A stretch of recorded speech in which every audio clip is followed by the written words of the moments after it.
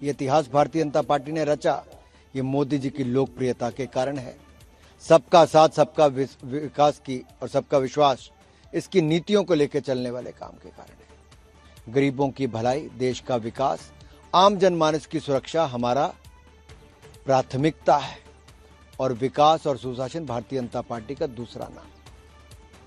Sir, SIR एक बहुत बड़ा मुद्दा इस बार चुनाव में बना, ऊपर से घुसपैठ जो इन्फिल्ट्रेशन है ये भी बहुत मुद्दा था बीजेपी के लिए।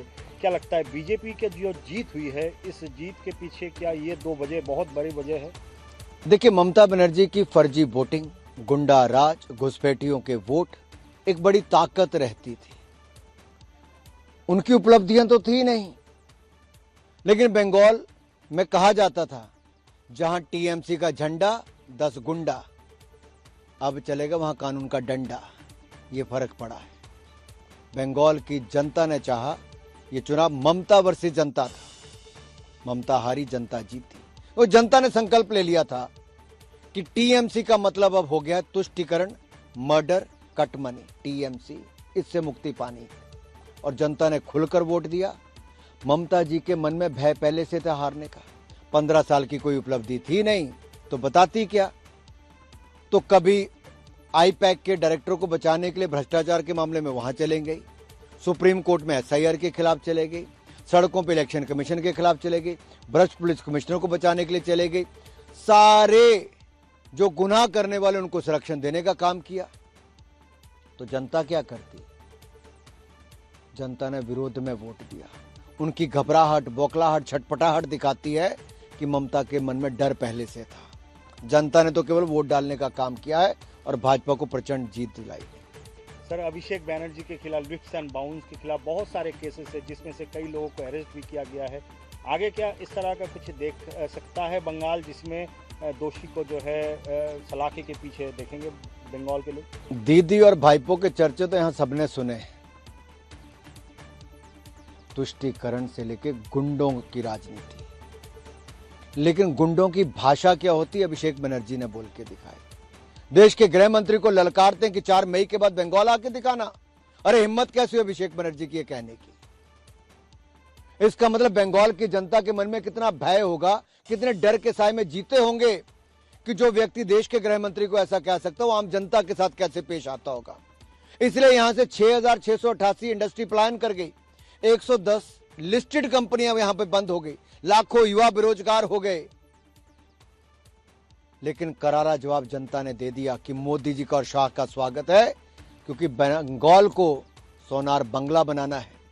बंकिम चंद्र चट्टोपाध्याय, नेताजी सुभाष चंद्र बोस, रविंद्रनाथ टैगोर और डॉक्टर श्यामा प्रसाद मुखर्जी की जन्मभूमि को अब नई ऊंचाइयों पर सही सम्मान दिलाना है।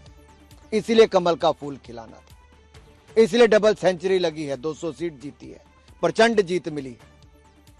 सर, डबल इंजन की बात इलेक्शंस के दौरान कहा गया कि डबल इंजन अगर होगा तो बंगाल में बहुत सारे काम जो अभी रुका हुआ है, केंद्र से जो पारित किया दिया गया था या केंद्र से जो पैसा दिया गया था या पे लूट देता था, वो सारे चीज़ें जो है इस बार डायरेक्ट मिलेगी। तो बेनिफिट्स क्या उसका मिलेगी बंगाल को? और ममता बनर्जी और अभिषेक बनर्जी का फ्यूचर क्या? ये मोदी की गारंटी है। 7वां वेतन आयोग 45 दिन के अंदर लागू किया जाएगा सरकारी कर्मचारी अधिकारियों के लिए। बेरोजगारों को बेरोजगारी भत्ता मिलेगा, युवाओं को 1 करोड़ रोजगार मिलेंगे, महिलाओं को जो वायदा किया वो पैसा उनके खाते में जाएगा, किसानों को 9,000 रुपया उनके खाते में जाएगा। और जिन युवाओं को पेपर लीक या स्कैंडल के कारण जिनकी नौकरियां नहीं मिल पाई, उनको वापस पेपर में अपीयर होने का मौका मिलेगा। 5 साल की छूट उनको आयु में दी जाएगी और बंगाल को उसका सम्मान वापस देंगे। घुसपैठियों की पहचान करके बाहर भगाने का काम करेंगे, उनको आइडेंटिफाई भी करेंगे और डिपोर्ट भी करेंगे।